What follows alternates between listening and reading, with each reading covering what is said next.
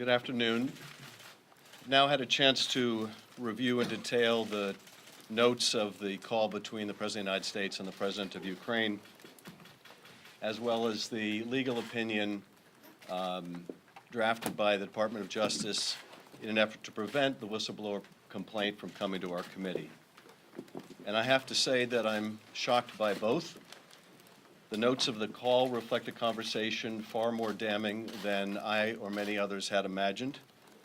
It is shocking at another level that the White House would release these notes and felt that somehow this would help the President's case or cause. Because what those notes reflect is a classic Mafia-like shakedown of a foreign leader. They reflect a Ukrainian president who was desperate for U.S. support, for military support to help that country in a hot war with Putin's Russia, a country that is still occupied by irregular Russian forces and in which people face a very dangerous and continuing and destabilizing action by their aggressive neighbor.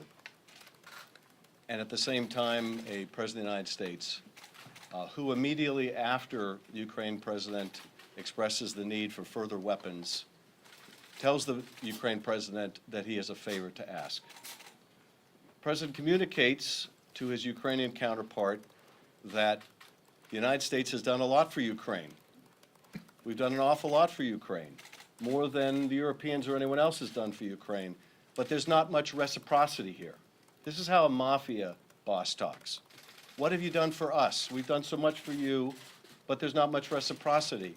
I have a favor I want to ask you. What is that favor? Of course, the favor is to investigate his political rival, to investigate the Bidens.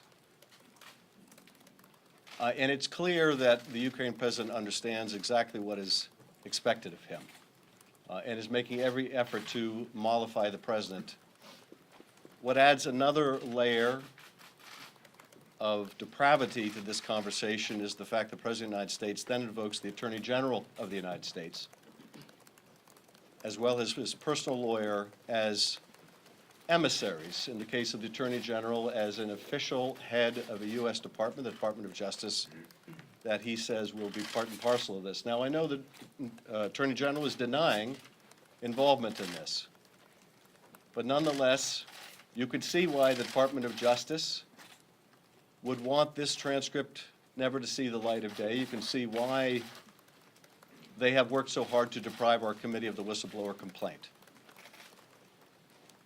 And in fact, the opinion by the Justice Department is startling in its own regard, because in that opinion, the Department of Justice advances the absurd claim that the Director of National Intelligence has no responsibility over efforts to prevent foreign interference in our elections. Well, that will come as news, or at least it should, to the Director of National Intelligence, who is charged, among other things, with detecting foreign interference in our elections and with reporting to Congress about foreign interference in our elections.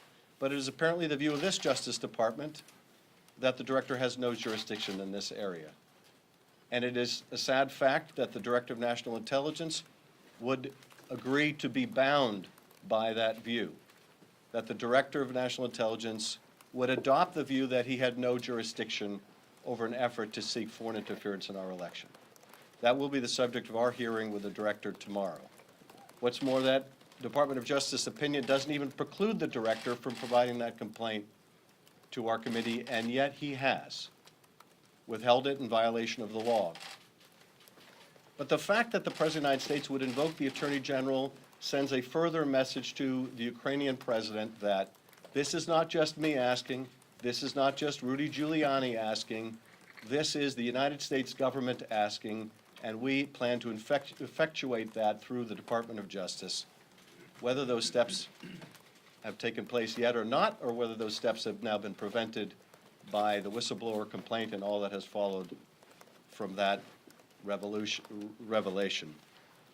So here we have the President of the United States engaged in a shakedown of a foreign president, a President of the United States even as he is withholding vital military support to an ally, asking a favor of that ally to investigate his opponent. And just by way of background here, so we know what's at stake, in 1994, we tried to get Ukraine to give up nuclear weapons it inherited from the Soviet Union. They were reluctant to do so because those weapons might be a guarantee against aggression by their neighbor, that is, by the Soviet Union. But we and our allies persuaded the Ukrainians nonetheless to give up those weapons, and we assured Ukraine that we would help guarantee its territorial integrity. Well, Russia would then invade Ukraine, and over the years since that invasion, the United States has provided, albeit not enough, military support to Ukraine. But the most recent support to Ukraine was held up by this president, hundreds of millions of dollars, for reasons that the president would not and the secretaries were not able to communicate even to leaders of their own party, like Mitch McConnell, who said yesterday that he couldn't find out why this aid was being withheld. Well, I think we know why the aid was being withheld, notwithstanding the president's now conflicting explanations. Well, it was because we wanted them to investigate corruption. No, it was because we wanted Europe to give them more money, even though Europe has given them even more than we have. I think we know why the president was withholding that assistance. But regardless, Ukraine understood exactly what was being asked of it. Ukraine understood exactly what they needed from the United States, and that a president of the United States would interfere with our national security, would interfere with the national security of our ally, and do so for the illicit purpose of trying to advance his election campaign, having already sought foreign help in his first presidential campaign, would now abuse the power of his office yet again, this time to seek the help of another nation in his presidential campaign, is the most fundamental betrayal of his oath of office. And I'd be happy to respond to your questions, but one final point about the whistleblower. We still don't have the complaint. Now that we have the Department of Justice opinion, I think it telling that they have released that and yet not released the Inspector General's legal analysis that takes issue with it. This is again Bill Barr's Justice Department trying to put out a misleading spin, in this case in the form of the department's opinion. But nevertheless, that complaint needs to be provided to our committee. It needs to be provided in its entirety. That whistleblower needs to be given instructions about how to come to our committee, and that whistleblower needs to be given the complete freedom to report any allegations of wrongdoing that have come to that whistleblower's attention. We will not brook any kind of interference given how pervasive this cover-up apparently is. Now I'll be happy to answer your questions. Yes. Can you, the White House says that this call summary proves that there was no quid pro quo because the withheld military aid never even came up in the conversation. What's your response to that? My response is the President of Ukraine brought up his country's need for military assistance, and immediately thereafter, the President of the United States said, I have a favor I want to ask of you, and would not let the subject go. There was only one message that that President of Ukraine got from that call, and that was, this is what I need. I know what you need. Like any mafia boss, the President didn't need to say, that's a nice country you have. It'd be a shame if something happened to it, because that was clear from the conversation. There is no quid pro quo necessary to betray your country or your oath of office, even though many read this as a quid pro quo. I'm not concerned whether it is a quid pro quo or not. Ukraine understood what this president wanted. He made it abundantly clear. He made it redundantly clear. He had his emissaries making it clear. And Ukraine knew what it needed to do if it wanted to get military assistance, and that is help the President of the United States violate his oath of office. So what specifically do you see as the impeachable offense here? Well, I think in its most naked form, and this is what our inquiry is going to look into, the President has now admitted the notes of this call, and we don't even know if these are the complete notes of that call, indicate the President of the United States shaking down a foreign leader essentially undermining the national security of this country for a personal political gain, and one that violates his oath of office. So it is very powerful evidence of that kind of potential impeachable offense. But we want to get the full facts before the American people, and we also want to make sure we take corrective action. And I want to thank the whistleblower. We still don't know whether this is the subject of the whistleblower's complaint, but I think this single courageous individual may have had the effect of forcing the White House to provide Ukraine with this funding, knowing that these matters were going to come to light.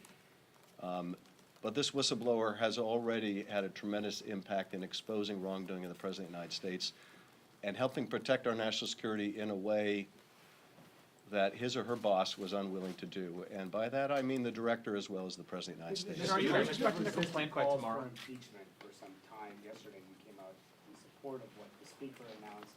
After seeing what you saw in this transcript, is there any doubt in your mind that House Democrats will move to impeach this president? I don't want to get ahead of ourselves here. I think what we have learned, what has been admitted, and now what we see in writing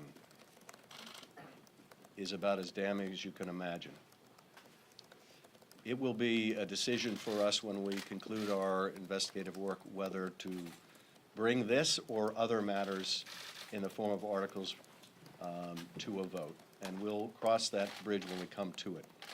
But no one should have any illusions about the seriousness of what is already uncontested. And that is the President of the United States has betrayed his oath of office and sacrificed our national security in doing so. And that, I think, is quintessentially what the framers were concerned about. I think it's quintessentially what the framers thought was the sum and substance of what might warrant a president's removal from office.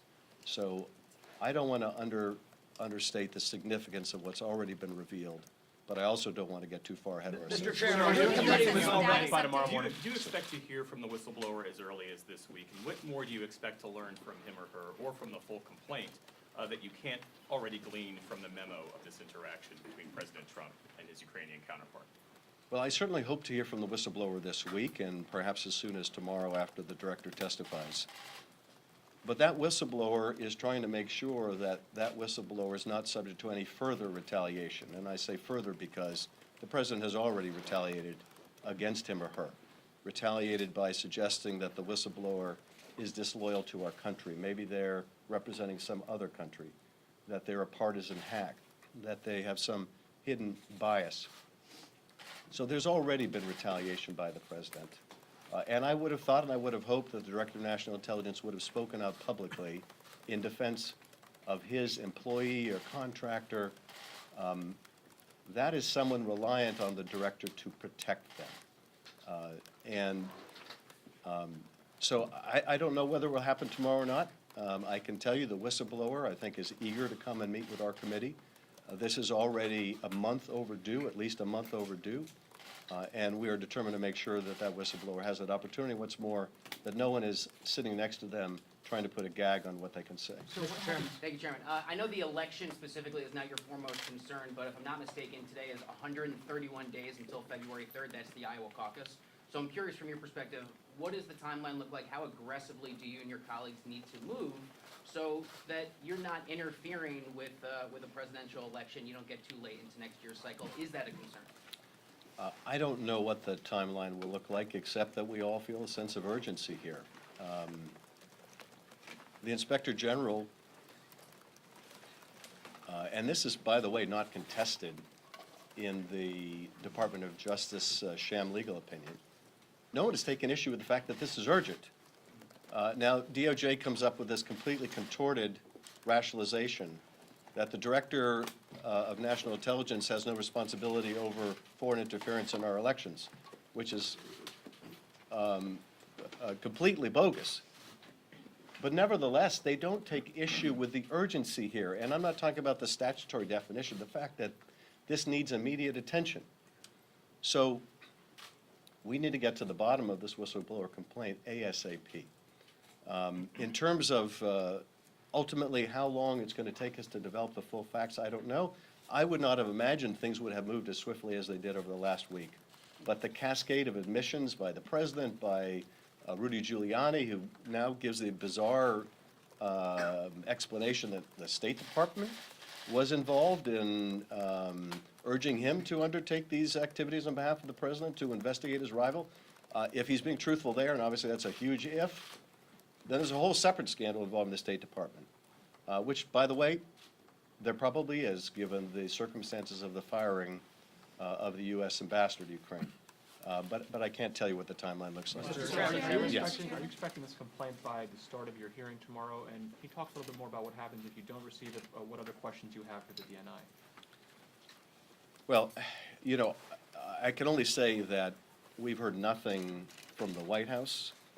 And frankly, the fact that this is a decision the White House is making is a scandal. If indeed the president is the subject of the whistleblower complaint, the idea that the president can control the subject of complaint, can control whether that complaint ever gets to its intended recipient, that is the Congress, is a scandal. But nonetheless, we've heard nothing except through the media about White House intentions. In terms of the director's intentions, I guess we'll find out tomorrow. I have to imagine he's not eager to come before our committee, having still withheld the complaint. Now that it's clear the Department of Justice didn't even say that he was prohibited from giving it to us, that he is making that decision on his own initiative. I mean, I find it troubling enough that he would seek an opinion that can be used as a pretext to keep this from Congress. And the director understood the contents, if it indeed involves this conversation, and just how scandalous and what a betrayal of the president's oath of office that those notes, not transcript, but notes reflect. I can't imagine he's going to want to come to our committee without having provided that complaint. But frankly, I can't imagine that the director would have gone along with a legal interpretation that says that he has no responsibility over preventing a foreign nation from interfering in our election. Will you hold him in contempt if that complaint does not reach you? I'm not going to discuss what repercussions will follow if there's continuing obstruction of Congress and continuing violation of the law. We'll make that decision when it comes. Mr. Chairman, Thank you Mr. very much. Chairman. Mechanics of what happens with your committee now once you get this?